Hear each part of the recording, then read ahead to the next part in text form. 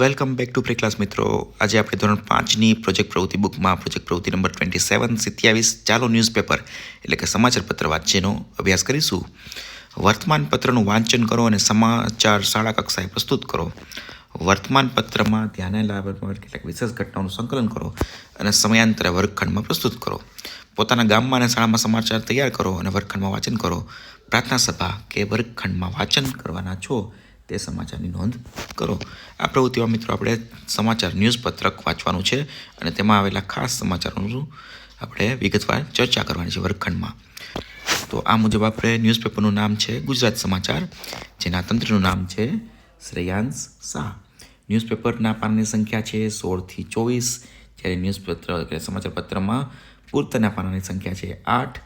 ન્યૂઝપેપરમાં શેની જાહેરાત આવે છે તો કે લગ્ન વિષયક, વાહનો, શિક્ષણ, રિટેલ પ્રોડક્ટ, જમીન મકાન, નોકરીની ભરતી વગેરેની જાહેરાતો આવે છે.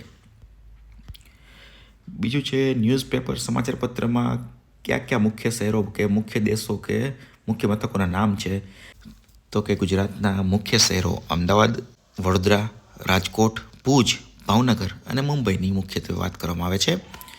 ત્યારબાદનો પ્રશ્ન છે મિત્રો, ન્યૂઝપેપરમાં ભારત સિવાયના અન્ય કયા દેશના સમાચાર છે? તો ન્યૂઝપેપરમાં આપણે જોઈશું કે તેમાં USA, UK, પાકિસ્તાન, ફ્રાન્સ અને રશિયા વિશેના સમાચારો પણ આવરી લેવામાં આવ્યા છે. તેમજ દુનિયામાં બનતી વિવિધ ઘટનાઓ, દેશ અને શહેરોની માહિતી હોય છે.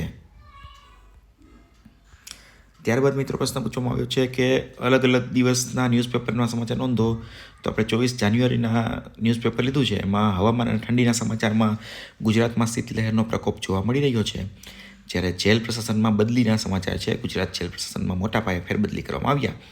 અને ત્રીજા સમાચાર રોજગાર મેળાના છે, જેમાં પ્રધાનમંત્રી નરેન્દ્ર મોદી વિડીયો કોન્ફરન્સ દ્વારા 61,000થી 18 વાર્ષિક રોજગાર મેળામાં 61,000થી વધુ નિમણૂક પત્રોનું વિતરણ કરશે.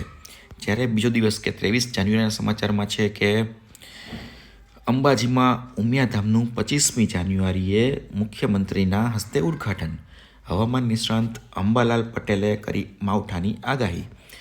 માઉન્ટ આબુમાં તાપમાન ગગડીને -5 ડિગ્રી સુધી પહોંચ્યું. ત્યાર પછીના 22 જાન્યુઆરીના ન્યૂઝ છે મિત્રો કે રામ મંદિરમાં દ્વિતીય વર્ષગાંઠની ઉજવણી અને સોના ચાંદીમાં મોટો કડાકો. આ સાથે આપણી આ પ્રોજેક્ટ પ્રવૃત્તિ પૂર્ણ થાય છે. C you in the next video. Thank you.